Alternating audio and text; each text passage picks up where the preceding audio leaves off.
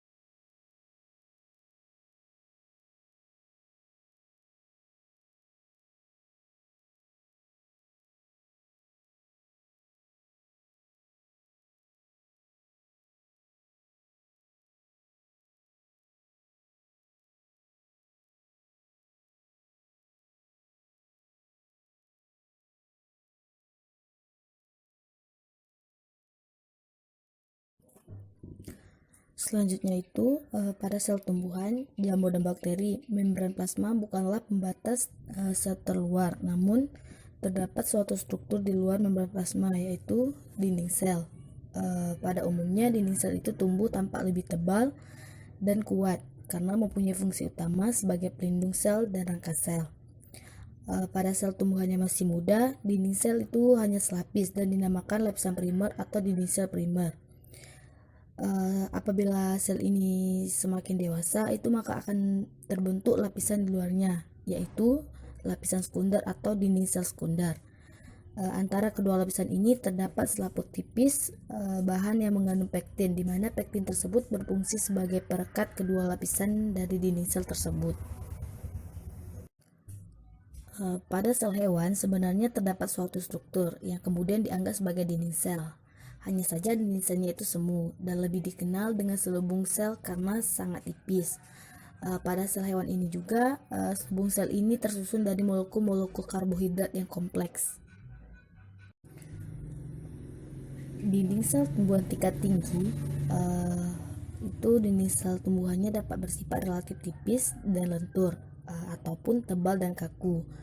Hal ini bergantung pada kematangan selnya.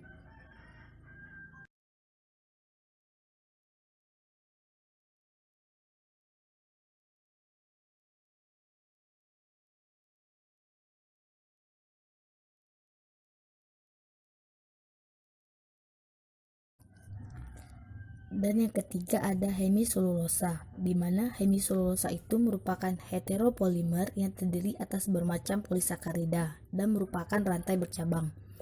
Beberapa hemiselulosa yang umum adalah silan, arabinosilan, glukomanan, galactulokomanan, dan silogukan. Hemiselulosa ini berfungsi sebagai zat perekat mikrofibril selulosa. Dan dilihat dari gambar di samping itu ada mode struktural dari mikrofibril selulosa. Dari gambar tersebut terlihat hemiselulosanya terikat pada mikrofibril dan muncul di permukaannya. Dan yang keempat itu ada protein struktural dan plastik, di mana protein struktural pada dinding sel itu banyak mengandung hidrosiprolin.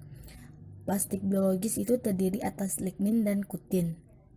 Lignin mengisi dinding sekunder sehingga menyebabkan kaku dan tahan terhadap dehidrasi. Sedangkan kutin itu sebagai bahan yang meliputi dinding sel dari sel-sel permukaan.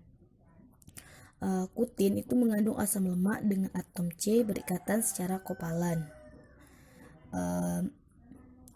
Berdasarkan gambar di samping, itu terlihat ada susunan keempat komponen dinding sel yang tadi. Dari gambar terlihat ada hemiselulosa, selulosa, protein struktural, dan pektin. Pada dinding primer, mikrofibril itu tersusun erat dan letaknya tersebar. Ruang-ruang di antara mikrofibril itu diisi oleh air, protein, dan bahan dinding sel lain, seperti hemiselulosa dan pektin. Berdasarkan gambar ini, dilihat adanya ikatan antara mikrofibril pada dinding sel. Dari gambar bisa dilihat bahwasanya mikrofibrilnya tersebar, letaknya tersebar.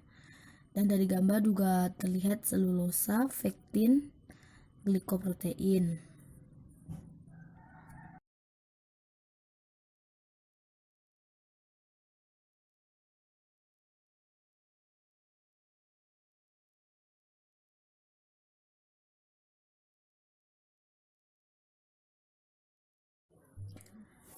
Selanjutnya ada dinding sel sekunder, di mana dinding sel sekunder ini lebih tebal dibandingkan dari sel primer tadi. Terus terbentuk di dalam dinding sel primer, bentuknya sangat kaku, kuat selulosa, hemiselulosa, dan lignin. Mikrofibril itu tersusun sejajar dan sesuai fungsinya. Mikrofibrilnya kaku dan tidak dapat memanjang. Tadi sedangkan pada dinding sel primer itu kadar yang tingginya adalah selulosa.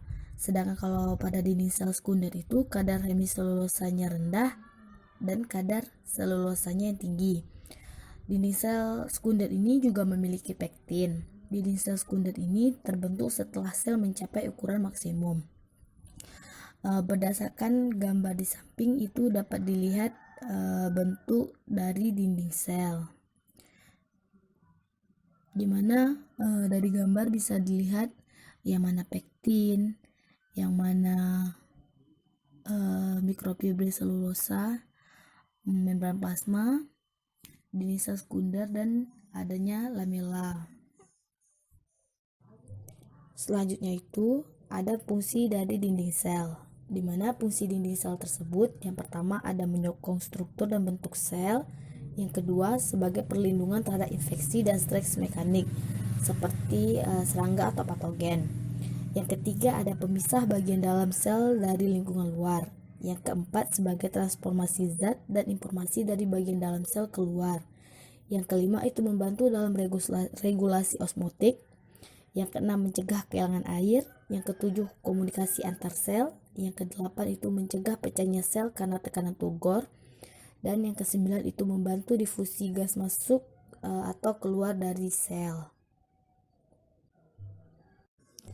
Selanjutnya itu ada pembentukan dinding sel, di mana dinding sel ini terbentuk melalui matriks polisakarida, di mana matriks polisakarida ini sebagai bahan dasar dari dinding sel tersebut.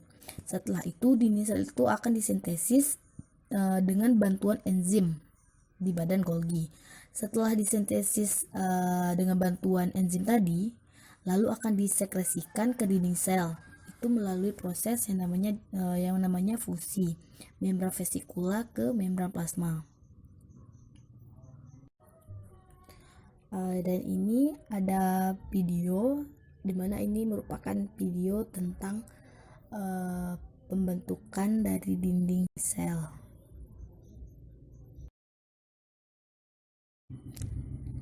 Demikian yang dapat saya sampaikan. Terkurang dan terlebihnya saya mohon maaf. Assalamualaikum warahmatullahi wabarakatuh.